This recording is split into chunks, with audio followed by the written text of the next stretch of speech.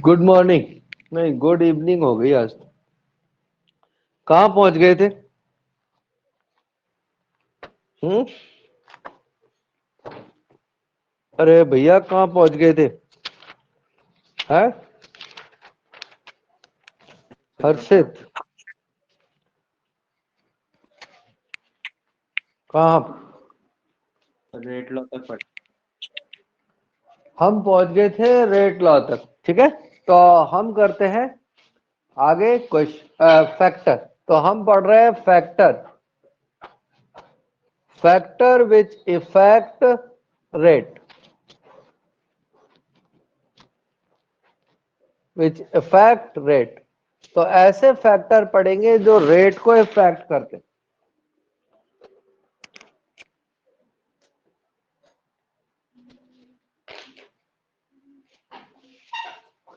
इसमें जो पहला फैक्टर है वो है कंसंट्रेशन। जो फर्स्ट फैक्टर है वो है कंसंट्रेशन, और कंसंट्रेशन को हम हिंदी में कहते हैं सांद्रता। तो हम यहां पर देखेंगे कंसंट्रेशन का रेट पर क्या इफेक्ट पड़ता है, और इसके लिए हमें ये क्वेश्चन सॉल्व करने के लिए ये इक्वेशन याद होनी चाहिए कि इससे हम फटाफट क्वेश्चन सॉल्व कर सकते। अगर हमें ये इक्वेशन आती है तो हम क्वेश्चंस को जल्दी से डील कर सकते हैं और उसके आंसर निकाल सकते हैं। तो हम देखते हैं इसका क्या यूज है। तो सबसे पहले हम देखते हैं, यहां पर हम लिख देते हैं 0 ऑर्डर, फिर 1 ऑर्डर, फिर 2 ऑर्डर, फिर 3 ऑर्डर। ठीक है, तो ये है हमारी ऑर्डर ऑफ रिएक्शन, जिसको हिंदी में कहते हैं कोटि। और यहां पर लिख रहे हैं कॉन्सेंट्रेशन 2 गुना 2 टाइम्स। क्लियर?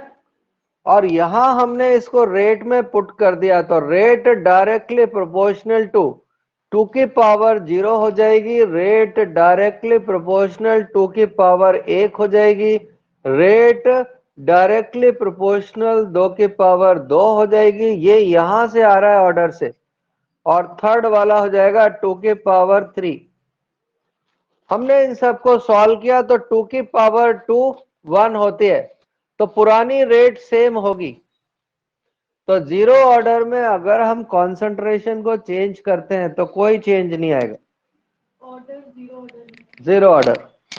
लेकिन फर्स्ट ऑर्डर की रिएक्शन में वो 2 टाइम्स हो जाएगी, और सेकेंड ऑर्डर की रिएक्शन में 2 की पावर 2 4 टाइम्स हो जाएगी, और थर्ड ऑर्डर की रिएक्शन में 8 टाइम्स हो जाएगी। इतना कॉपी किया जाए।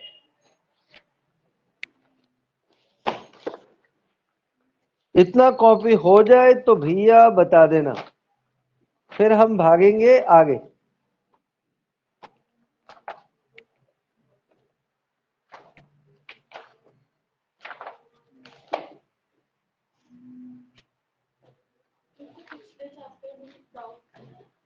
अब जाते में बताएंगे।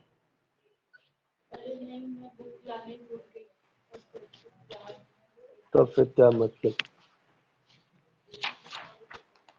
फिर तू वैसे मस्त रहे। हो गया भैया कॉपी। ये टेबल मैंने 2 टाइम्स के लिए बनाई है। अब देखना, मैं इस टेबल को 3 टाइम में कन्वर्ट कर रहा हूं। तो मैंने कॉन्सेंट्रेशन को 3 3 3 कर दिया। यहां पर ये 3 हो जाएगी, यहां भी 3, यहां भी 3, और यहां भी 3।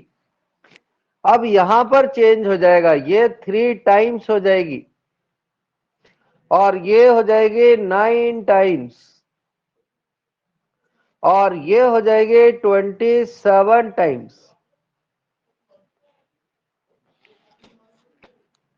तो कंसंट्रेशन 3 टाइम्स करने वाली टेबल भी बनाई जाए।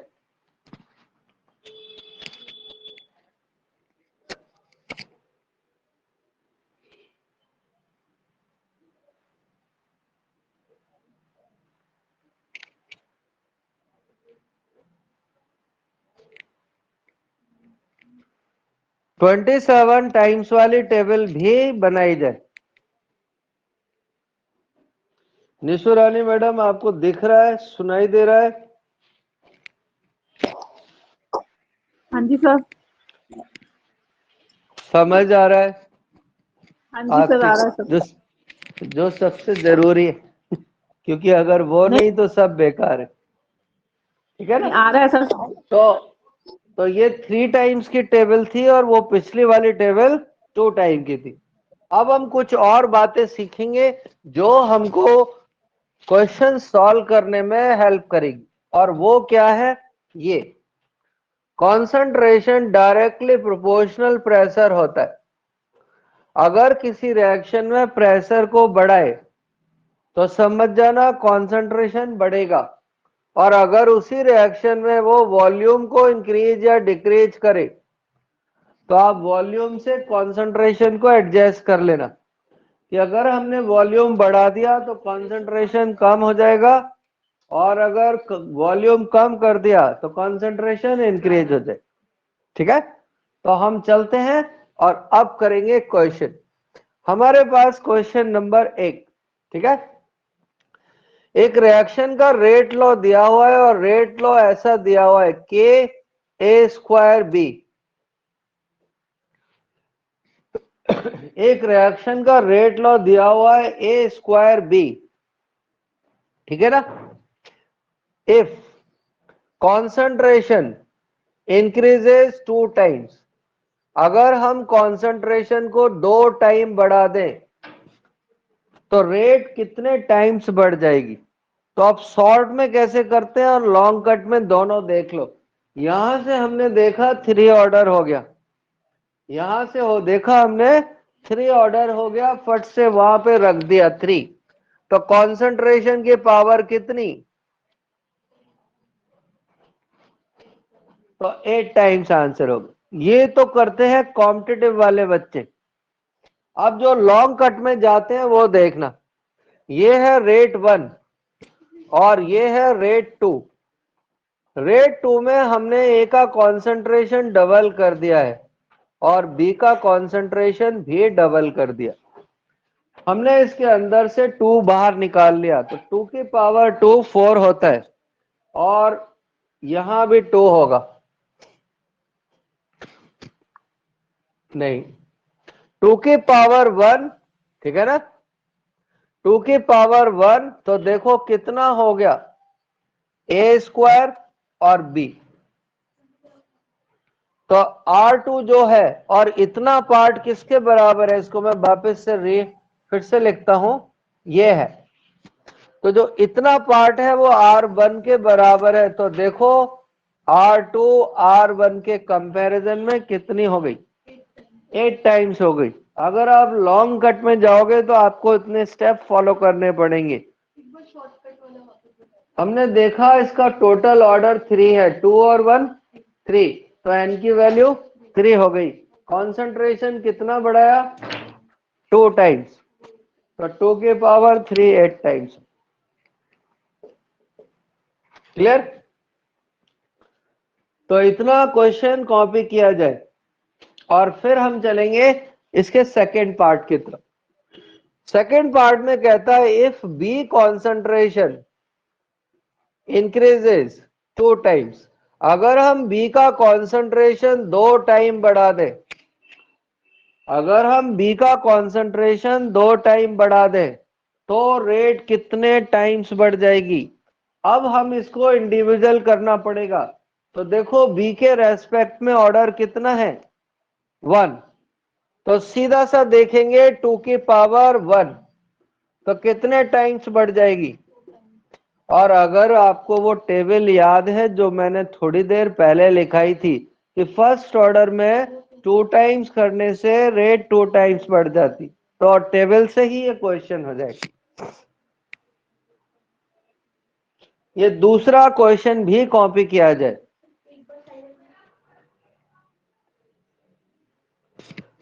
और अब हम करेंगे इसका तीसरा क्वेश्चन। तीसरा क्वेश्चन क्या कहता है? If a concentration if a concentration increases 2 times, अगर हम ए का कॉन्सेंट्रेशन 2 टाइम बढ़ा दें तो रेट कितने टाइम्स बढ़ जाएगी? तो हम देखेंगे ए के रेस्पेक्ट में ऑर्डर 2 है, कोटि 2 है, तो कॉम्पिटिटिव वाला बच्चा फट से ऐसे ही लिखेगा 2 के पावर 2, तो कितने टाइम्स?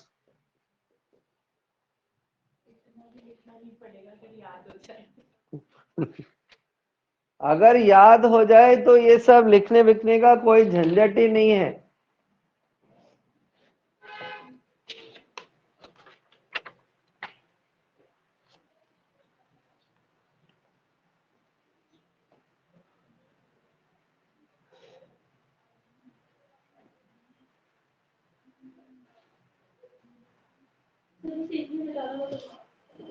तो भैया ये क्वेश्चन हो गए हो तो बताओ, मैं चलूं आगे।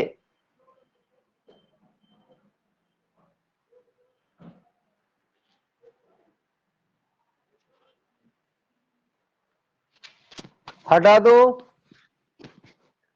तो हमारे पास है एक दूसरा question,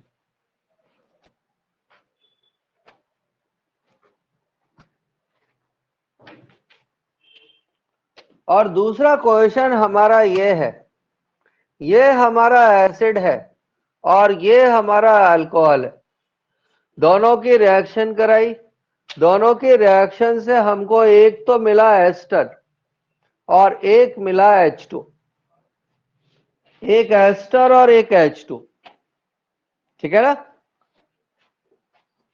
if container volume, if container volume decreases half, decreases half,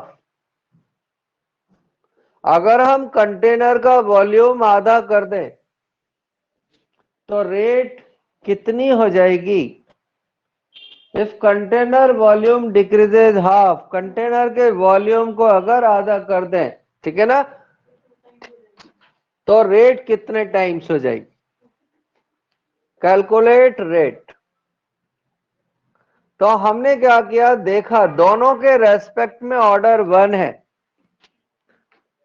जब हम उसका वॉल्यूम हाफ कर देंगे तो कॉन्सेंट्रेशन 2 टाइम्स हो जाएगा, क्योंकि कॉन्सेंट्रेशन में और वॉल्यूम में ये रिलेशन होता है, ठीक है। ये आधा तो ये दुगना, तो फटाफट रेट लॉ में लिख देंगे, रेट इज इक्वल टू के 2 की पावर 1 2 की पावर 1, और ये बराबर हो जाएगा कितने? 4 टाइम्स। वो हमसे कह रहा है वॉल्यूम आधा किया तो दोनों का कॉन्सेंट्रेशन डबल हो गया है, दोनों का कॉन्सेंट्रेशन डबल हो गया है तो रेट 4 टाइम्स बढ़ जाएगी। हाँ जी,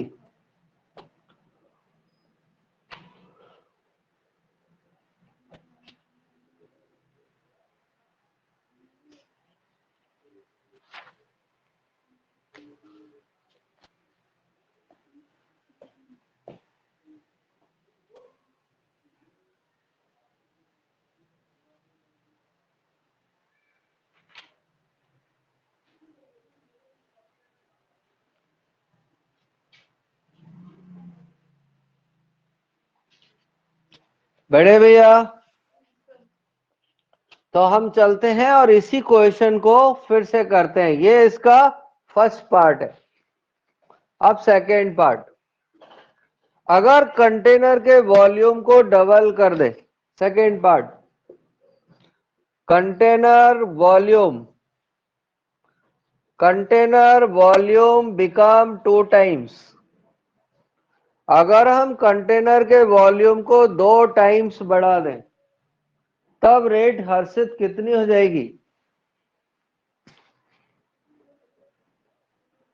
हर्षित, क्योंकि अब हमने कंटेनर के आयतन को 2 गुना बढ़ा दिया है तो कॉन्सेंट्रेशन आधा रह जाएगा, और जब आधा रह जाएगा तो देखो इसमें लिखेंगे तो बहुत अच्छी तरह आपको 11th-12th के बच्चे की तरह लिखना है। तो पहले तो आप ऐसे लिखो, फिर इनके कॉन्सेंट्रेशन को आधा कर दो, और फिर मल्टीप्लाई कर दो तो 1/4 टाइम्स हो जाएगी। अब किसी को डाउट है तो पहले भैया पूछ लो, फिर आगे निकलो।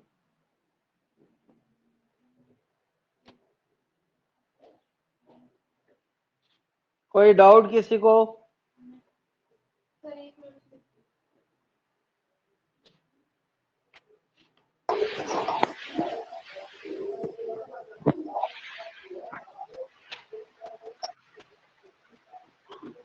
क्योंकि दोनों की रिस्पेक्टिव वन ऑर्डर होगी, ये कैसे पता लगेगा? ये देखो इसमें कितने मॉलिक्यूल हैं बताते हैं अभी, इसके बाद ना ऑर्डर आएगा। एक्चुअल में ऑर्डर ना एक्सपेरिमेंटल क्वांटिटी है, या तो क्वेश्चन में गिवन होगा या हमें उस रिएक्शन का ऑर्डर घर से याद करना पड़ेगा। तो आप निशु मैडम कहीं पे एक नोट लिख लो, कोटि या तो घर से याद होनी चाहिए या क्वेश्चन में गिवन होगी। ऑर्डर ऑफ रिएक्शन, तो मैं आपको कुछ रिएक्शंस बताऊंगा जिनकी ऑर्डर एग्जामिनर ये एक्सपेक्ट करता है कि आपको आती होगी, और जो टफ वाली है जो वो नहीं एक्सपेक्ट करता उनकी ऑर्डर या कोटि आपको वो देगा पेपर, आपको टेंशन कर।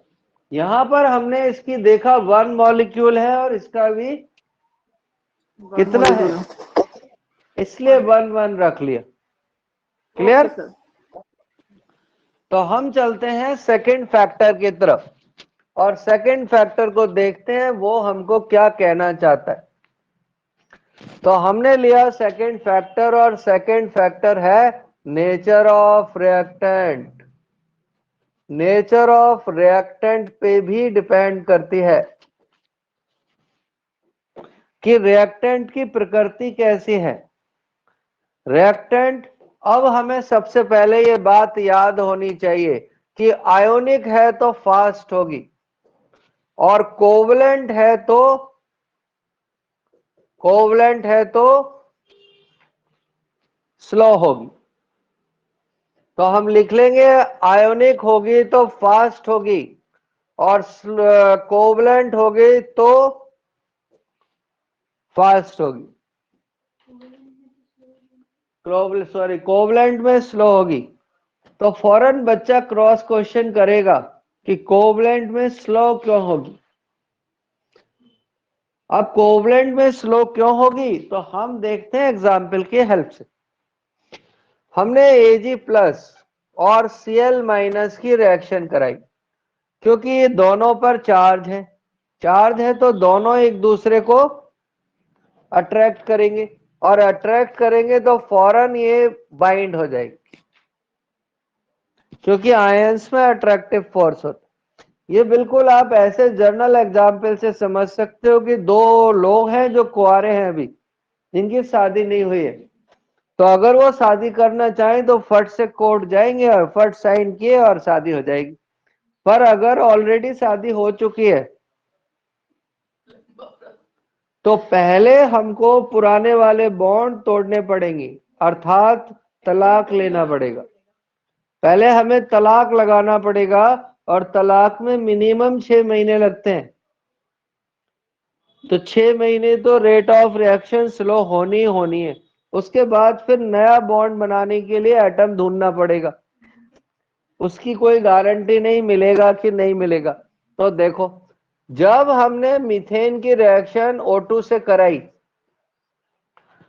तो पहले तो कार्बन हाइड्रोजन के बॉन्ड टूटेंगे, फिर ऑक्सीजन ऑक्सीजन के बॉन्ड टूटेंगे, और फिर कार्बन और ऑक्सीजन में बॉन्ड बनेंगे, और फिर हाइड्रोजन और ऑक्सीजन में भी। तो आपने क्या बोला आयोनिक मतलब फास्ट करो, क्योंकि उसमें आयंस अट्रैक्ट करते। तो अब ये वाली रिएक्शन तो कैसी हो गई, और ये आयंस में टूटेंगे पहले। हाँ, तो कोवलेंट रिएक्शन हमेशा स्लो होगी। तो क्यों स्लो होगी? First old bond break and then new bond form. Covalent reaction में पहले बॉन्ड टूटता है, फिर नया बॉन्ड बनता है, इन सब में समय लगेगा, और कोवलेंट रिएक्शन स्लो हो जाएगी। कोवलेंट रिएक्शन स्लो हो जाएगी। ठीक है भैया? अरे ऑनलाइन वाले भैया हो, अरे किसी ऑनलाइन वाले भैया को डाउट तो नहीं है?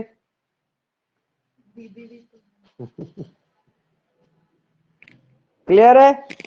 तो हमें यहां से पता लगा तो वो फौरन हमको एक क्वेश्चन पकड़ा देगा, और क्वेश्चन हमारा ये है कि अगर हम परमैंगनेट की रिएक्शन इस ऑक्सलेट आयन से करते हैं तो ये Mn+2 में कन्वर्ट हो जाएगा और ऑक्सलेट आयन CO2 में कन्वर्ट हो जाएगा।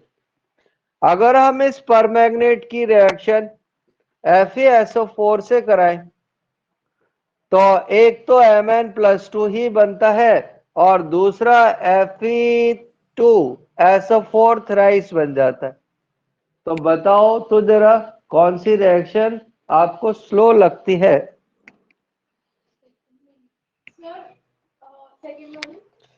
तो दो दो बच्चे ऑफलाइन वाले कह रहे हैं सेकंड वाली स्लो है। हर्षित, क्या ये सही है बच्चे? गलत है, पहली वाली स्लो। बच्चे, एक बच्चा ऑनलाइन वाला कह रहा है दोनों ही बच्चे गलत है। कारण देखते हैं। ये आयोनिक है, दिख रहा है हमें खोपड़ी पर। अब बच्चा यहां फंस जाता है। हमने सुना है कि जिसमें कार्बन होता है वो कोवलेंट होता है और जिसमें कार्बन नहीं होता वो आयोनिक होता है। सुना है क्या तुमने? ऐसा 10th क्लास में पढ़ाया जाता। तो ये तो आयोनिक है, ये कोवलेंट है। तो बताओ कौन सी रिएक्शन स्लो होगी? तो अब ऊपर वाली रिएक्शन तो हो जाएगी स्लो और नीचे वाली रिएक्शन हो जाएगी फास्ट। मतलब ऑफलाइन वाले बच्चों को मिलता है -1।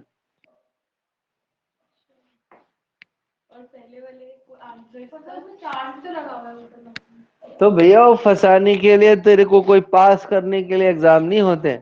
तेरे एग्जाम इसलिए होते हैं कि दीक्षा को फेल कैसे किया जा सकता है। और दीक्षा सोच रही है मेरे को इसलिए किया जाता है कि पास कैसे हो सकती हूँ।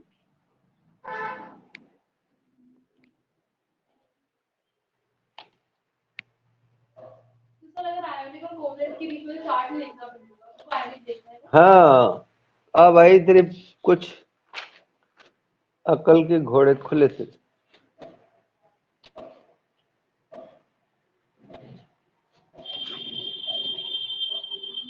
चले भैया आगे बढ़े। हम चलते हैं और अगले फैक्टर को देखते हैं। तो हमने नेचर ऑफ रिएक्टेंट में, क्रियाकारक की प्रकृति में सीखा है कि आयोनिक रिएक्शंस फास्ट और कोवलेंट रिएक्शन स्लो होंगे। तो हम चलते हैं तीसरे फैक्टर की तरफ, और तीसरे फैक्टर का नाम है कैटलिस्ट। कैटलिस्ट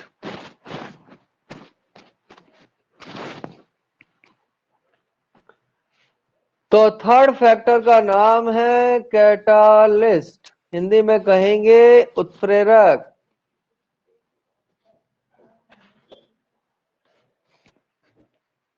ठीक है? तो अब इसका काम क्या है? ठीक है ना? तो ये क्या करता है? Change the rate of reaction, change rate of reaction, अर्थात यह अभिक्रिया की दर को बदल देगा। कैटालिस्ट रिएक्शन की रेट को चेंज कर देगा। ठीक है ना? तो बच्चा पूछेगा क्यों? ठीक है ना? Because it change activation energy, यह सक्रियण ऊर्जा को बदल देगा। यह एक्टिवेशन एनर्जी को चेंज कर देगा। तो फिर एक बच्चा पूछेगा व्हाट इज एक्टिवेशन एनर्जी? ठीक है ना? तो हम देखते हैं एक्टिवेशन एनर्जी होती क्या, पर पहले इतना टीपा जाए देसी भाषा में। ठीक है? चेंज एक्टिवेशन एनर्जी, यहां पर ये पूरी लाइन कर लो। ये आपका हो सकता है क्वेश्चन इतने में ही खत्म हो जाए, बट नॉट इफेक्ट, पर कोई भी इफेक्ट नहीं डालेगा on del H. Del H पे कोई भी इफेक्ट नहीं डालेगा। और डेल एच को हम कहते हैं हिंदी में हीट ऑफ रिएक्शन, और इंग्लिश में कहते हैं अभिक्रिया की ऊष्मा। डेल एच को हीट ऑफ रिएक्शन और अभिक्रिया की ऊष्मा के नाम से जाना जाता है। यस, तो अब हम समझते हैं ये सब कहानियां हैं क्या। तो ध्यान से देखना। तो हम तुमको एक कहानी सुनाते। इस वाले स्केल पर हमने एनर्जी ले रखी और इस वाले स्केल पर रिएक्शन। एक बच्चा है जिसकी जेब में 50 रुपीज है, 50 रुपया। तो उस बच्चे की ग्राउंड स्टेट एनर्जी कितनी है? 50 रुपीज। ठीक है, तो मैं यहां पर लिख रहा हूं टोटल एनर्जी। टोटल एनर्जी बराबर होती है ground state energy plus activation energy. Activation energy, clear? तो उस बच्चे के पास में ग्राउंड स्टेट में कितने रुपए हैं? 50 रुपए। और उस बच्चे को पिज्जा खाने जाना है और पिज्जा की कॉस्ट कितनी है? 150 रुपए। तो टोटल एनर्जी बच्चे को कितनी चाहिए? 50 तो ऑलरेडी है। पिज्जा खाने के लिए कितने रुपए की जरूरत पड़ेगी? तो उसकी एक्टिवेशन एनर्जी कोई ऑनलाइन वाला बता सकता है क्या? उसकी एक्टिवेशन एनर्जी 100 रुपया हो जाएगी। क्लियर है? Activation energy, ground state energy. GS का मतलब ग्राउंड स्टेट एनर्जी है। नॉर्मल स्टेट में उस रिएक्टेंट की एनर्जी कितनी है, और एक्टिवेशन एनर्जी का मतलब है उस मॉलिक्यूल को एक्टिव करने के लिए कितनी एनर्जी की जरूरत है। ठीक है, तो आप देखना, जैसे ही उसे 100 रुपए मिलेंगे बच्चा पिज्जा हट की तरफ भाग जाएगा, और जब वहां जाकर पिज्जा खाएगा और फिर घर आ जाएगा, तो प्रोडक्ट बन गया। अब कभी कभी अखबार में कूपन आता है, कूपन काट के लाओ, 20% डिस्काउंट मिलेगा। तो बताओ पिज्जा कितने का मिलेगा? पिज्जा हमको मिलेगा 120 रुपीज का। ठीक है ना? तो अब 120 रुपीज विद कैटालिस्ट है, तो अब इतनी एनर्जी की जरूरत पड़ेगी। तो कैटालिस्ट ने, उस कूपन ने एक्टिवेशन एनर्जी को कितना कम कर दिया? तो फिर से लिख लेते हैं, 120 का पिज्जा है, 50 रुपए जेब में है, एक्टिवेशन एनर्जी हर्षित 70 रुपये हो जाएगी। तो कैटालिस्ट ने क्या किया? एक्टिवेशन एनर्जी को चेंज कर दिया।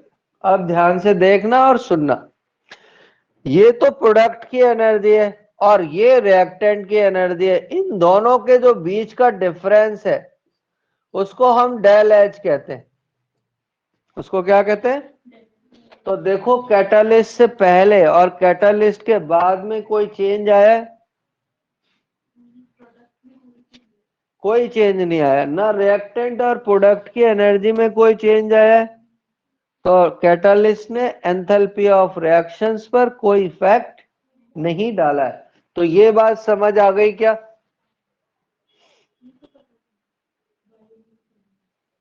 ठीक है, अब ये ग्राफ को ध्यान से देखना। ये ग्राफ एंडोथर्मिक रिएक्शन का है।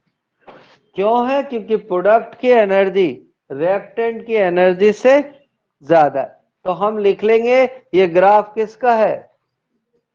Endothermic reaction. और एंडोथर्मिक रिएक्शन में डेल एच की वैल्यू पॉजिटिव होती। डेल एच की वैल्यू कैसी होती है? पॉजिटिव।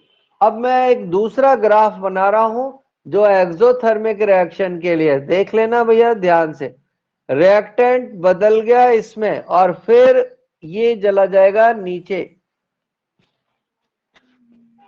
तो इसमें प्रोडक्ट की एनर्जी कम होगी और रिएक्टेंट की एनर्जी, जबकि इसमें प्रोडक्ट की एनर्जी ज्यादा होगी, रिएक्टेंट की एनर्जी, दोनों के बीच का जो डिफरेंस है उसको क्या कहेंगे, डेल एच।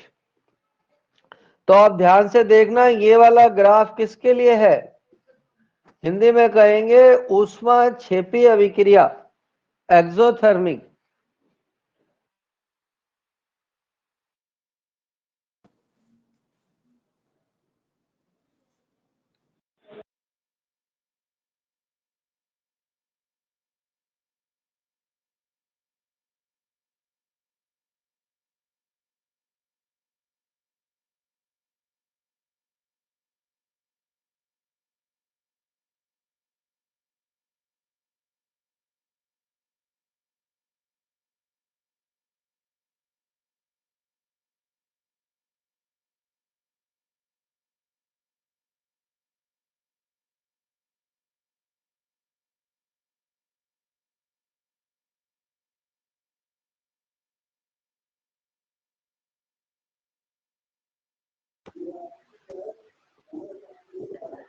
सर आवाज नहीं आ रही,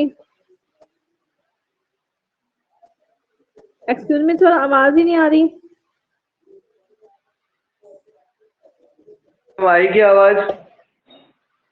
हाँ जी सर, अब आ गई मैडम? थोड़ा ओके, वो क्या बीच बीच में आवाज चली जाती। रिपीट कर दो। ओ क्या है, कोई ना कोई कॉल आ जाता है।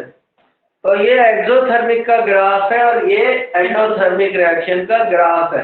तो यहाँ पर एक क्वेश्चन बनता है जो आप देख लो, जो हमारे काम आएगा, देखना, del H enthalpy of reaction बराबर होता है एक्टिवेशन एनर्जी फॉरवर्ड रिएक्शन के, अर्थात यहां से यहां तक की एनर्जी को activation energy of forward reaction, और यहां से यहां तक की एनर्जी को एक्टिवेशन एनर्जी ऑफ बैकवर्ड कहते हैं। तो ई फॉरवर्ड माइनस ई बैक। अब जब इसके न्यूमेरिकल करेंगे तो हमें ये बात घर से याद करनी पड़ेगी कि एक्सोथर्मिक रिएक्शन के लिए डेल एच का सिंबल कैसा होगा, नेगेटिव होगा। तो एक्सोथर्मिक के लिए डेल एच का सिंबल नेगेटिव होगा और एंडोथर्मिक के लिए ये सिंबल पॉजिटिव होगा। अगर हम ये बात नहीं समझते तो हम डेफिनेट डूब जाएंगे। तो फिर बच्चा कहेगा इस पे क्वेश्चन कैसा है। तो हम देखते हैं एक क्वेश्चन। तो भैया सब लोग पेन कॉपी उठाओ और लिखना शुरू कर दो क्वेश्चन, ठीक है। क्वेश्चन ये है कि इन एक्सोथर्मिक रिएक्शन, एक ऊष्माक्षेपी अभिक्रिया में in exothermic reaction del H is 40 kilojoule per mole. एक ऊष्माक्षेपी अभिक्रिया में डेल एच की वैल्यू 40 किलोजूल पर मोल। यदि EA बैकवर्ड, अगर EA बैकवर्ड 100 किलोजूल है, अगर पश्च अभिक्रिया की सक्रिय ऊर्जा 100 किलोजूल है, ठीक है ना, देन कैलकुलेट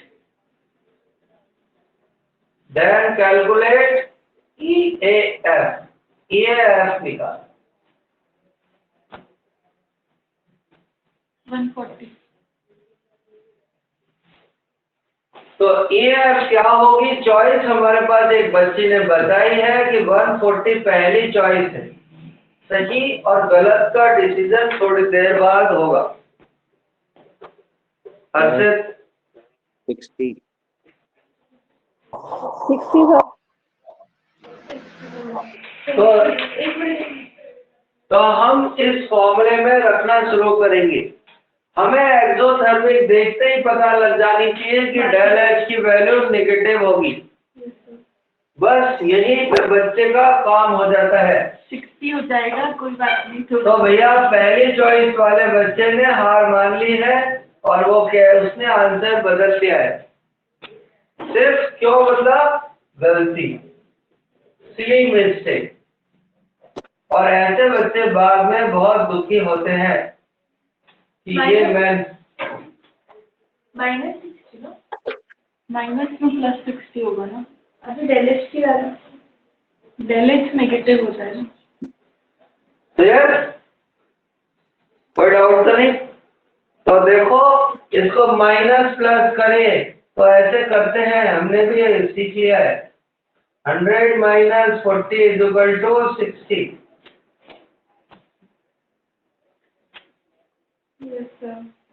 अब इस क्वेश्चन का भाग नंबर 2 मतलब पार्ट नंबर 2। पार्ट नंबर 2 ये है कि if catalyst decreases activation energy of forward and backward reaction in backward reaction, ठीक है ना, by 40 किलोजूल। अगर कैटालिस्ट दोनों रिएक्शन की एक्टिवेशन एनर्जी को 40 किलोजूल कम कर दे तो एंथैल्पी ऑफ रिएक्शन कितनी हो जाएगी? Calculate enthalpy of reaction. फिर से हिंदी में रिपीट कर रहा हूं। अगर कैटालिस्ट रिएक्शन की एक्टिवेशन एनर्जी को, दोनों एक्टिवेशन एनर्जी को 40 किलोजूल कम कर दे तो डेल एच की वैल्यू कितनी हो जाएगी? जो निकालेगा उस बच्चे को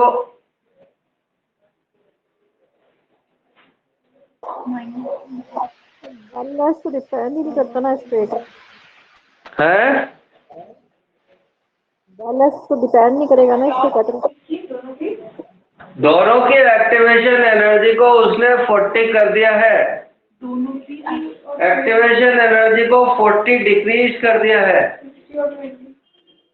मतलब ये 100 से करके 60 हो गई है और ये जो निकली थी वो 20 कुछ रह गई। 100 से अच्छा ठीक है। तो अब ढक्कन बच्चों को ये बताना जरूरी पड़ जाता है कि शुरू में एक नोट लिखाया था 500 रुपए का, जिसकी बच्चों ने खाली चार्ट कि कैटालिस्ट डेल्टा एच पे कोई इफेक्ट नहीं डालता है, कैटालिस्ट डेल्टा एच पे इफेक्ट नहीं डालता है। तो हर्षित ने आंसर दे रखा है 40 सेम, तो सेम आंसर आ जाए। तो ये है पावर ऑफ नोट या फिर याद करने का लाभ। हम मैथमेटिकल भी कर सकते हैं, पर क्यों करें? तो काम हम थ्योरेटिकली कर सकते हैं, उसके लिए मैथमेटिकल टूल्स का इस्तेमाल क्यों करें? हम इस बात को मैथमेटिकल ही निकाल सकते हैं, पर क्यों? थ्योरेटिकल हम ऐसे चुटकियों में सॉल्व कर सकते हैं, उसके लिए माइनस प्लस करना पड़ेगा और माइनस प्लस में डूबने की पूरी उम्मीद है। तो हमने पढ़ा था फैक्टर नंबर थर्ड। अब हम चल रहे हैं फैक्टर नंबर 4 पर, और फैक्टर नंबर 4 है फ्रीक्वेंसी। फ्रीक्वेंसी को हिंदी में कहते हैं आवर्ती कहते हैं या आवृत्ति कहते हैं, हमें भी नहीं पता। इसका पेट फटा होता है या नहीं फटा होता है ये भी नहीं।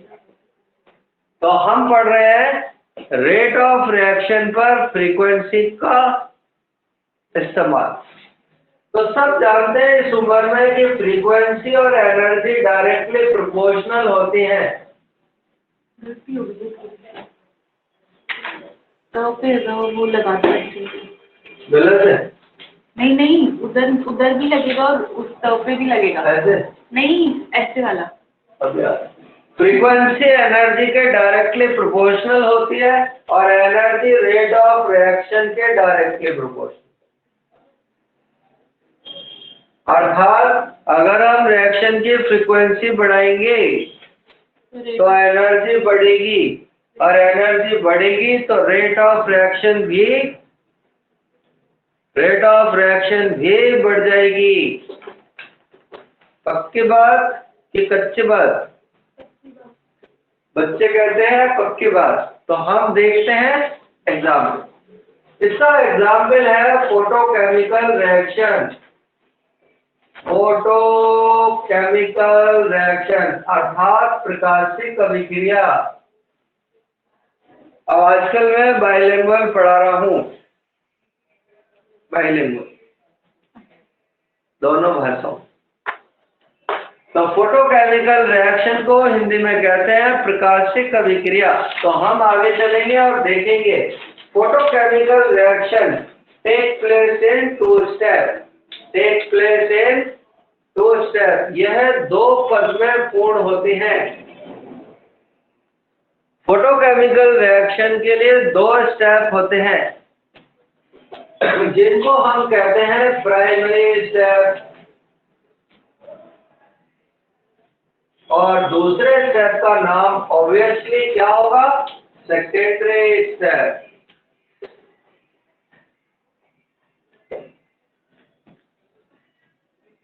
और ये बायोलॉजी वालों के काम का भी है। कहाँ पे? तो हम पहले कौन सा स्टेप पढ़ने वाले हैं? प्राइमरी और सेकेंडरी के बाद में? हाँ जी, पहले बताना चाहिए था ना। तो हम पढ़ेंगे पहले प्राइमरी स्टेप। तो बच्ची कहती है पहले बताते मेरे को तो आता था। अरे नहीं। तो आज सारे क्वेश्चनों का आंसर यही बच्ची बताने वाली। तो पहले हम देखते हैं प्राइमरी स्टेप में फाइनली हमको बच्ची बताएगी क्या होता है। प्राइमरी स्टेप में फोटोन, ठीक है ना, फोटोन एब्जॉर्ब होते हैं। फोटोन एब्जॉर्ब, ऊर्जा का अवशोषण होता है। कैसे होता है देखते हैं और हम इसको फोटोसिंथेसिस की हेल्प से समझेंगे। तो ये हमारा एक क्लोरोफिल है जिसको हमने शॉर्ट में CHL लिख दिया है। जब इस क्लोरोफिल पर ये लाइट है या फोटोन, जब हम इस क्लोरोफिल पर इस फोटोन को डालेंगे तो क्लोरोफिल एक्साइटेड स्टेट में आ जाएगा और ये लाइट को अब्जॉर्ब करेगा। क्लोरोफिल ने लाइट की एनर्जी को अब्जॉर्ब कर लिया और एक्साइटेड हो गया। तो वो बायो वाली बच्ची बता रही है आपको कि किस लाइट में क्लोरोफिल जल्दी से एक्साइट हो जाएगा। सनलाइट है? किस लाइट में, किस कलर की लाइट में फोटोसिंथेसिस फास्ट होती है? रेड। तो रेड कलर की लाइट में फोटोसिंथेसिस फास्ट होती है। एकदम करेक्ट बताए। पढ़ते हैं यार, ऐसे कैसे? तो अगर कोई बच्चा रेड कलर के कपड़े पहनकर पेड़ के बगल में खड़ा हो जाए तो पेड़ की फोटोसिंथेसिस बढ़ जाएगी कि घट जाएगी? है? तो क्लोरोफिल एक्साइटेड स्टेट में आ चुका है। अब ये रिएक्शन करने के लिए बेताब है। तो हम चलेंगे सेकेंडरी स्टेप की तरफ।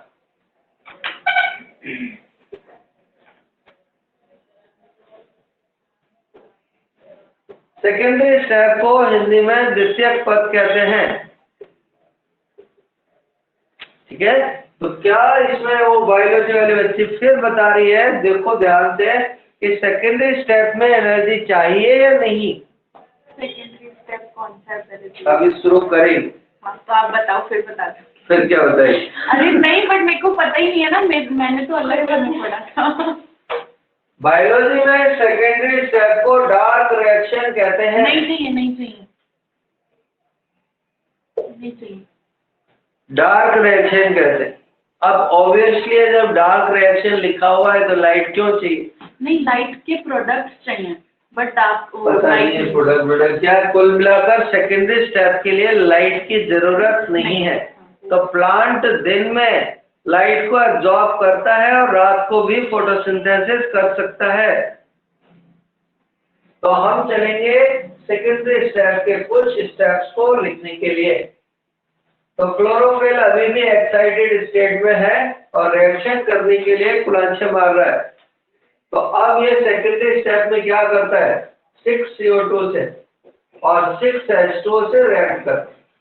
कौन रिएक्ट करता है? क्लोरोफिल एक्साइटेड, और इसको कन्वर्ट कर देता है ग्लूकोज में, जिसको खाकर हम केमिकल काइनेटिक्स पढ़ते हैं। मतलब पहले तो ये एक्साइटेड हो गया लाइट एब्जॉर्ब करके। हाँ, फिर उसके बाद क्या किया? सेकेंडरी स्टेप में इसमें जाकर CO2 और H2 के साथ रिएक्शन और उसको ग्लूकोज में बदल दिया। अब प्लांट में फूड बन गया है और इस फूड को खाकर ये चैप्टर 2 स्टेप में समझा दिया आपने। पूरा चैप्टर है ये हमारा। ठीक है ना? तो डार्क रिएक्शन में लाइट की जरूरत नहीं है। तो भैया यहाँ तक आ जाओ तो बता देना। नहीं, बट ना ऐसे आप वो नहीं कर सकते कि बिल्कुल नहीं चाहिए। नहीं, सेकेंडरी स्टेप के लिए कभी लाइट नहीं चाहिए। अरे बट वो अगर लाइट रिएक्शन नहीं होगी तो डार्क रिएक्शन कैसे होगी? क्योंकि तो लाइट तो पहले ही आ चुकी है ना, वो एब्जॉर्ब पहले ही कर चुका है। प्राइमरी स्टेप के लिए ग्लूकोज बनाने के लिए इनडायरेक्टली तो चाहिए। हाँ, इंडा आप उसकी टांग पकड़ के लटक जाओ, नहीं चाहिए तो बात दूसरी। बायोलॉजी वाली बच्ची फिर से कह रही है कि मैं एक क्वेश्चन और बताऊंगी कि ये जो ऑक्सीजन निकले है ये दोनों में से किस में से आई है? वो वाटर में। तो ये फोटोलिसिस ऑफ वाटर से आती, तो एब्सोल्यूट सही। तो ये जो ऑक्सीजन है वो H2O की फोटोलिसिस से आती है। अगर हम पेड़ को पानी नहीं देंगे तो ऑक्सीजन नहीं निकलेगी। अगर हम अपने घर के पेड़ों को तेजी से बढ़ाना चाहते हैं तो उनके ऊपर कैसे कलर के बल्ब लगा दिए जाए? रेड। तो आपने देखा होगा हिंदू फैमिलीज में सर्दियों के दिनों में तुलसी को लाल रंग का कपड़ा पहना देते हैं। अब समझ में आया कि लाल ही क्यों पहनाते हैं? क्योंकि सर्दियों में सनलाइट कम हो जाती है और तुलसी को ज्यादा लाइट चाहिए।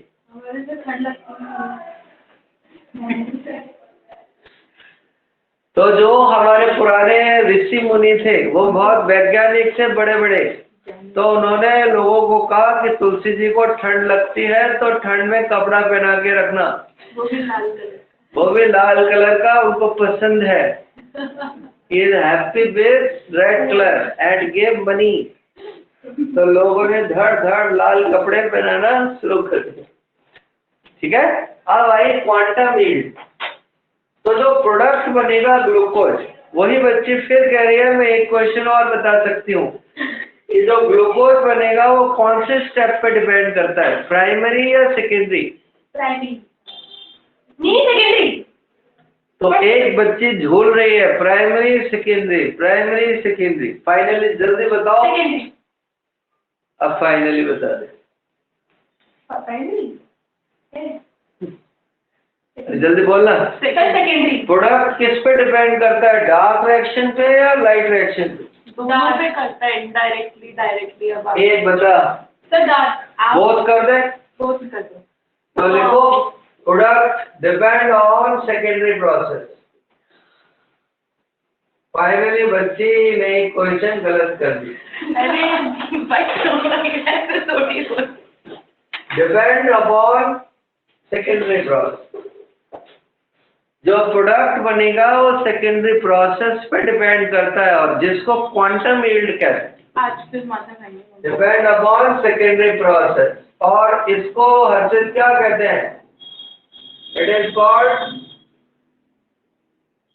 इसको हम कहते हैं क्वांटम यील्ड। इससे भी पूछो ना, ये भी तो बायो का ही है। और इससे पूछो कि वो बता रहे माइक में आवाज नहीं आ रही, वो अगर बीच में कॉल आ जाए तो फिर आवाज। तो क्वांटम यील्ड कैसे निकाली जाती है देख लो भैया। Number of photon use, number of photon use in secondary process. Secondary पद में कितने फोटोन का इस्तेमाल हुआ है, और number of photon used in primary process. तो सेकेंडरी प्रोसेस को बोलते हैं क्वांटम यील्ड, है ना। क्वांटम यील्ड का मतलब है कितना प्रोडक्ट बनेगा, और ये डिपेंड करता है कि प्राइमरी में कितने फोटोन एब्जॉर्ब हुए थे। It is called quantum yield. Product depends upon secondary process, it is called quantum yield का मतलब प्रोडक्ट कितना। उसमें तो फोटोन लिए ही किसने, सेकेंडरी। तो सेकेंडरी में कितने फोटोन यूज हो गए। सपोज कर लो कि फर्स्ट प्राइमरी रिएक्शन में 10 फोटोन एब्जॉर्ब हुए और इसमें 6 फोटोन यूज हो गए, तो बताओ क्वांटम यील्ड कितनी हुई, 60%। तो कितना प्रोडक्ट बनेगा ये डिपेंड करता है कि हमने नहीं, पेड़ ने सेकेंडरी प्रोसेस में हाँ, अरे नहीं, हमने वैल्यू लिख के बताइए, ऐसे आए डमी वैल्यू बताइए। तो इस तरह हम उसकी क्वांटम यील्ड बना सकते हैं। क्लियर। और फोटोकेमिकल रिएक्शन के कई सारे हैं, तो कभी कभी फर्स्ट ग्रेड के एग्जाम में ये क्वेश्चन आ जाता है, इसकी क्वांटम यील्ड सबसे ज्यादा है 10⁵ number of photons used in secondary process upon number of photons used in primary process. मैं प्रोसेस भी लिख देते नहीं, कोई बात नहीं। हम क्या इसी वजह से अच्छे टीचर नहीं बनते कि प्रोसेस नहीं लिखा।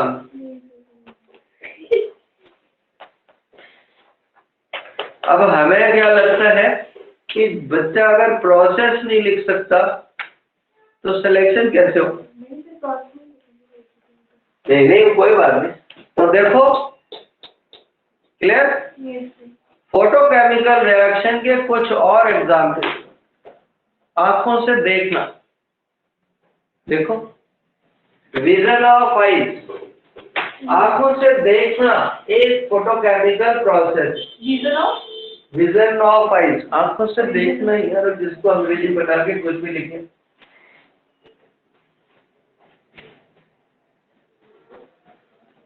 हम अपने बॉडी की 80% एनर्जी आंखों से वेस्ट कर देते हैं। अगर आप आंखों से देखना बंद कर दें तो 80% एनर्जी वी कंजर्व। 80 बच जाएंगे। हाँ, आजकल हमने देखा होगा घर में लेडीज कहती हैं बहुत थकान हो गई, जबकि काम कुछ किया ही नहीं। कैसे थकान हुई? टीवी देखने से, फोन देखने से, या फिर मोबाइल देखने से। मोबाइल बहुत जल्दी हमारी बॉडी की एनर्जी को ड्रेन करता है। तो अगर हम पूरे दिन टीवी या मोबाइल देखते हैं तो हमारी बॉडी की एनर्जी बहुत ही जल्दी ड्रेन हो जाती है, और फिर वो कहते हैं बहुत थकान हो गई। हमने नोटिस किया होगा कि जब हम ट्रेन में सफर करते हैं तो आराम से आलती पालती मार के बैठे होते हैं, फिर भी घर आते हैं तो सफर में थक जाते, कहते हैं सफर में थक गए, जबकि काम तो कुछ किया नहीं। क्यों, कैसे थके? क्योंकि हम टुकुर खिड़की से बाहर झांक रहे थे, टुकुर खिड़की से बाहर झांक रहे थे और चीजें तेजी से चल रही थी। तो जितनी तेज चीजों को देखोगे उतनी और ज्यादा एनर्जी ड्रेन हो।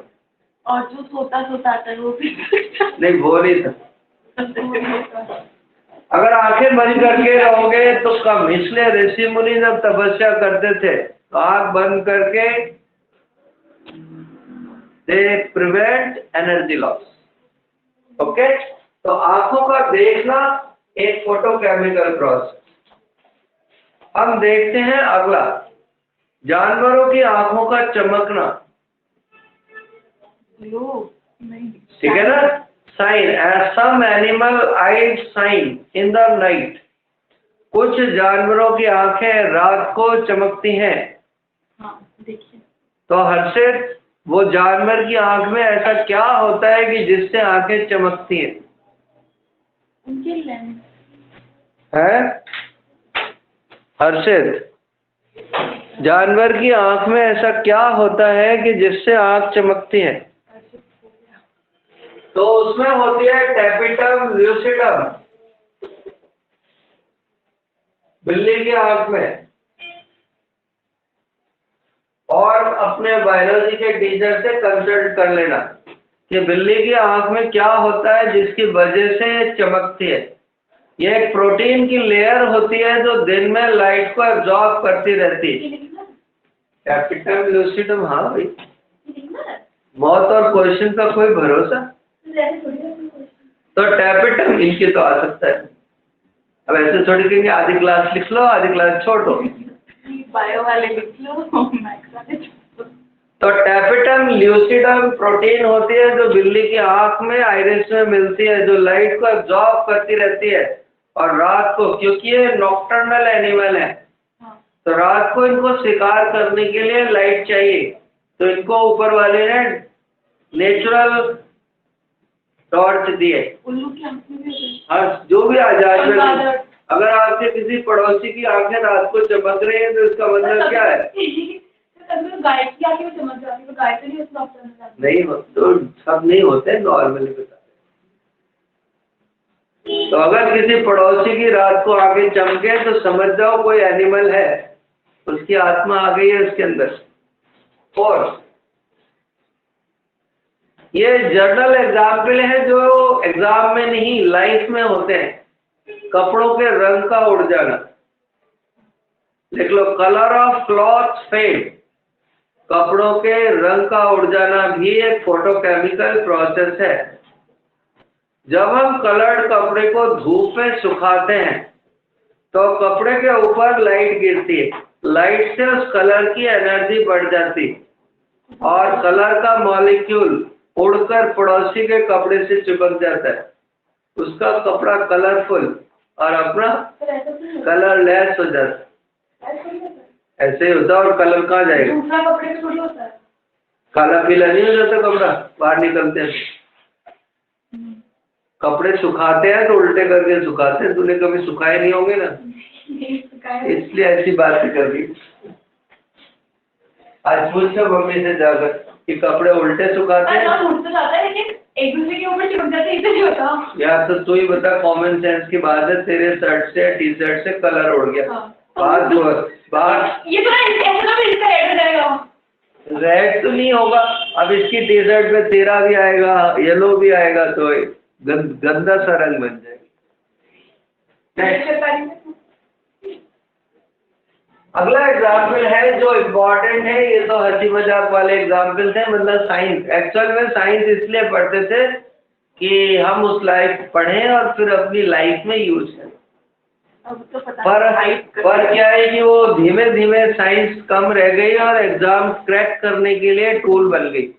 तो अब बच्चे साइंस को समझते नहीं है, सिर्फ क्वेश्चन सॉल्व करना चाहते हैं, मेरा क्वेश्चन सॉल्व हो जाए और बस IIT दिल्ली या फिर एम्स मुंबई चला जाओ। एम्स मतलब दिल्ली चला जाओ। अब आगे चलते हैं इम्पोर्टेंट एग्जाम्पल डिस्कस करने। और इम्पोर्टेंट एग्जाम्पल ये है, ओजोन लेयर को कौन ब्रेक करता है? हम सब छोटी क्लासों से ही पढ़ते हुए आ रहे हैं कि क्लोरोफ्लोरोकार्बन ओजोन लेयर को डेप्लेट कर देते। या एग्जाम्पल ले लो ना। हाँ जी, अच्छा एग्जाम्पल है, मतलब ये एग्जाम में आने वाला है। कपड़ों का रंग उड़ जाता है, ये जेई के एग्जाम में।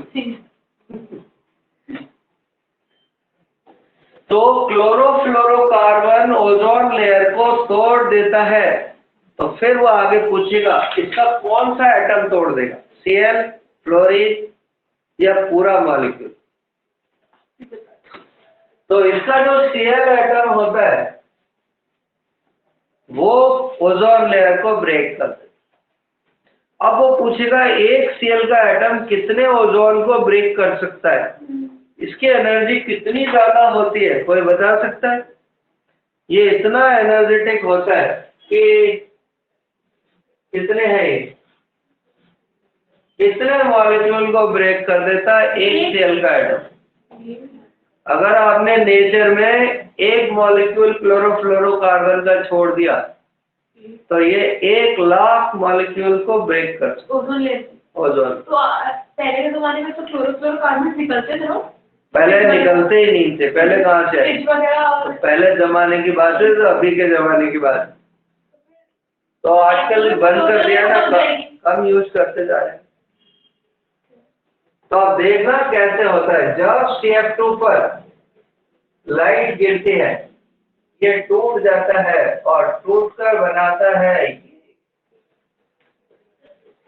Free radical. ऑर्गेनिक केमिस्ट्री में बहुत ही ज्यादा रिएक्टिव एनर्जेटिक मॉलिक्यूल है, ये जाता है और ओजोन के मॉलिक्यूल को तहस नहस करके एक नया फ्री रेडिकल बना देता है। और जब तक किसी रिएक्शन में फ्री रेडिकल बनते रहेंगे वो टूटता रहेगा। तो देखो फिर से कौन बन गया, ये आपने इसी रिएक्शन से नीचे सबसे पहले इस पर लाइट गिरी, ये टूटा और Cl फ्री रेडिकल बन गया। Cl फ्री रेडिकल ने ओजोन को तोड़कर O2 और ClO फ्री रेडिकल बना दिया। ClO फ्री रेडिकल ने फिर ओजोन को तोड़ा और फिर O2 और फिर प्रोड्यूस हो गया। अब ये बदमाश Cl क्या करेगा, ये फिर से ओजोन को तोड़ फोड़ करेगा और ऐसे ही कर करके पूरे 1,00,000 मॉलिक्यूल को ब्रेक कर देते। हाँ, तो बायोलॉजी वाले बच्चों के लिए एक क्वेश्चन है हमारे लिए, नॉर्थ पोल पर किस महीने में ओजोन लेयर बड़ी हो जाती, ओजोन होल बड़ा हो जाता है, और किस मंथ में पूरा डेप्लेट खत्म हो जाता है, मतलब फिलअप हो जाता है। लिख लो बायोलॉजी वालों, कौन से मंथ में ओजोन होल बड़ा हो जाता है और किस मंथ में भर जाता है। और इसको समझने के लिए आपको पोलर वॉर्टेक्स पढ़ना पड़ेगा या फिर बायोलॉजी के टीचर का खून पीना पड़ेगा। पर बायोलॉजी के टीचर का खून पीने से कोई फायदा नहीं, 90% वो नहीं बताएगा, नहीं तो ट्राई मार के देख। हमारी वाली अच्छी है, बता देती हूँ। ठीक है, तो पोलर वॉर्टेक्स क्या होता है, कब ऑपरेट होता है, आपके लिए क्वेश्चन है जो आप कर सकते।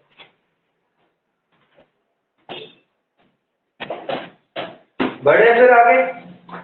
तो ये थी फोटोकेमिकल रिएक्शन की एक सुंदर सी कहानी। और अब आ गया है आखिरी फैक्टर, कौन सा,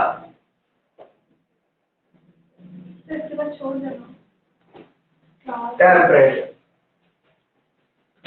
अगले फैक्टर का नाम है टेम्परेचर। और भैया जिसको ये फैक्टर नहीं आता तो कॉम्पिटिटिव को टाटा बाय बाय कह दो, अर्थात होने वाला नहीं है कहीं पे भी। अगर काइनेटिक्स में आपको टेम्परेचर नहीं आता तो मान लो आपका जेई नीट में किसी में नहीं होने वाला।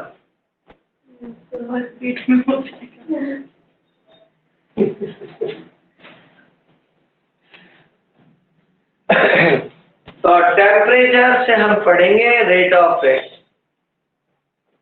तो हमारे पास कहानी ये है कि यदि हम 10 डिग्री टेम्परेचर राइज करते, अगर हम 10 डिग्री टेम्परेचर राइज करते तो जो रेट है ना वो 2 टाइम्स बढ़ जाती, रेट 2 टाइम्स इंक्रीज कर दे। अगर हम 10 डिग्री टेम्परेचर बढ़ाए तो रेट कितने टाइम्स बढ़ जाएगी, 2 टाइम। नॉर्मल है ये, किसी रिएक्शन में ये 1 टाइम भी बढ़ सकती है और किसी में 5 टाइम्स भी बढ़ सकती है, बट एवरेज 2 का लेते। कुछ बुक्स में 2 से 3 टाइम्स भी मिल जाएगा। अब अगर 20 डिग्री बढ़ाया तो 4 टाइम्स बढ़ जाएगी। और 30 डिग्री बढ़ाया तो that is means her 10 degree पर बढ़ रही है। और ऐसा तब होगा जब रिएक्शन कैसे हो, एंडोथर्मिक। अगर वो रिएक्शन उसने लिख दी, 6 होना चाहिए ना, अरे 4 का डबल कि गलत है, 16 टाइम्स बताते हैं। तो अगर हम n टाइम्स बढ़ा दें, n टाइम्स, तो रेट ना 2 के पावर n टाइम्स बढ़े, और ये 10-10 के स्लॉट में है। तो अगर हमने 10-10-10 किया तो 3 बार 2 बार बढ़ा दिया, ठीक है। अब देखना कहानी में आगे तक कि अगर हमें रेट देखनी है कितनी बढ़ गई तो इस फॉर्मूले का यूज कर लेना चाहिए। और ये जो T1 है ये हमेशा 10 ही रहेगा। इससे आप कंपैरेटिवली थोड़ा आसानी से निकाल सकते हैं। T1 10 रहेगा हमेशा। हाँ, 2 डिनोमिनेटर में थोड़ी है, ये नहीं पावर में 2 की पावर 2 की power T2 minus T1 divided by T1। इसका क्वेश्चन ऐसा बनता है कि हमने एक रिएक्शन का टेम्परेचर 10 डिग्री से इंक्रीज कर 100 डिग्री कर, मतलब जब भी 10 डिग्री टेम्परेचर बढ़ाएंगे रेट पहले से डबल हो जाएगी। तो अगर हम एक रिएक्शन का टेम्परेचर 10 डिग्री से बढ़ाकर 100 डिग्री कर दें तो उसकी रेट कितने टाइम्स बढ़ जाएगी, चॉइस बोर्ड पर है। 10 डिग्री से 100 डिग्री। यस। तो जो लोग ऐसे काउंट करते हैं कि 10 से 100 करने में कितने बार 10-10 करके बढ़ा दिया, कितने बार, 2 की पावर 9 टाइम्स। दीक्षा 10 डिग्री से 100 डिग्री करने के लिए 10-10 करके कितनी बार, 10 बार। बिल्कुल एग्जैक्ट जैसे दीक्षा डूबी है ऐसे ही डूबते हैं। पर आप मेहनत कर लेते हैं। हम को मेहनत कर देते हैं, हम तो तुमको आईना दिखा रहे। देखो कितने टाइम्स बढ़ा। हाँ मैं यही कर रही थी। तो यही कर रही थी, बोल 10 रही है, कर 9 रही थी, तो 2 की पावर 9 टाइम्स बढ़ जाएगा। 2 की पावर 9 टाइम्स। तो बताओ 2 की पावर 9 कितना होगा। ये कर फॉर्मूला लगाया था 5.2।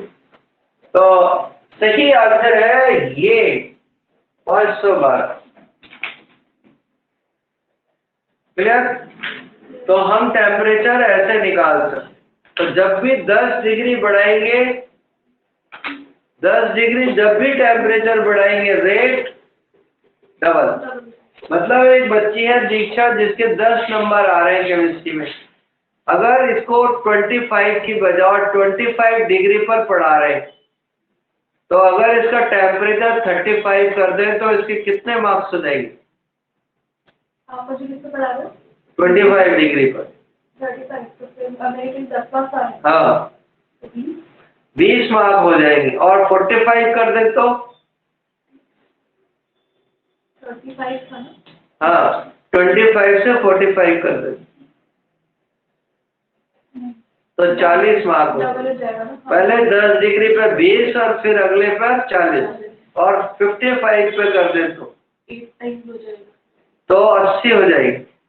40 के दुगने 80 और 55 के ऊपर और 10 डिग्री बढ़ा दिया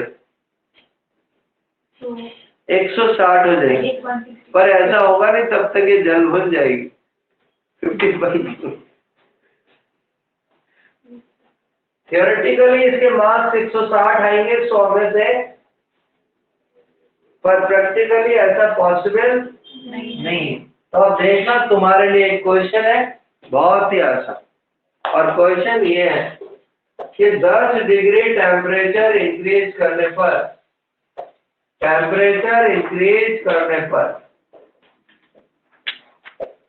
रेट इंक्रीज कर जाती है, ऐसा हमने 2-4 बार सुन लिया।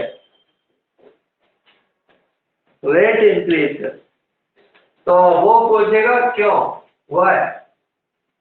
तो पहला है ये कम हो जाती, दूसरी चॉइस है ये बढ़ जाती, ये बढ़ जाती। कोई बता सकता है इसमें से कौन सा आंसर सही है?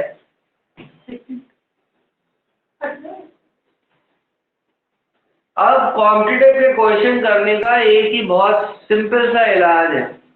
जब कोई क्वेश्चन आए तो अपने आप से पूछो, क्या मैंने ऐसा क्वेश्चन कभी किया है, देखा है? जब न देखा न सुना तो कहां से आएगा? तुम फिर मोह माया है। डायरेक्टली प्रोपोर्शनल है ना। तो हर्षित कौन सा आंसर सही है? हर्षित, ओ भैया हर्षित, तो अब हम तुमको बार बार कहते हैं भैया याद किया करो। चल तू बता दे, नहीं तो तेरी आत्मा भटकती रहेगी, तू कहेगी मैं यही बता रही थी। इनमें से दोनों में से कोई है? ले तो फिर 2 चॉइस और। कोलेजन फ्रीक्वेंसी इंक्रीजेस और 4 number of effective collagen increase.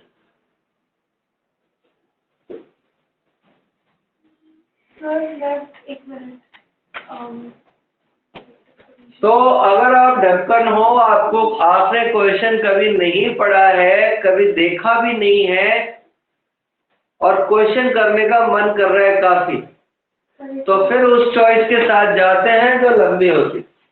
ऐसा नंबर हाँ।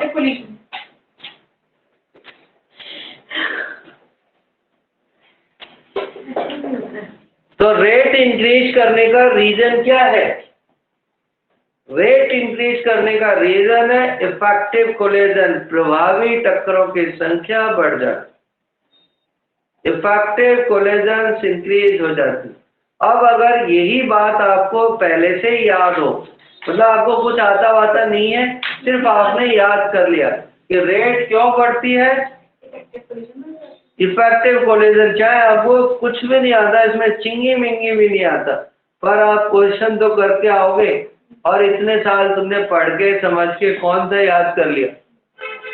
तो अब हमको चीजें समझ में भी आने लगेंगी कि रेट बढ़ने का रीजन क्या है, और ये तीनों पे ही कोई फर्क नहीं।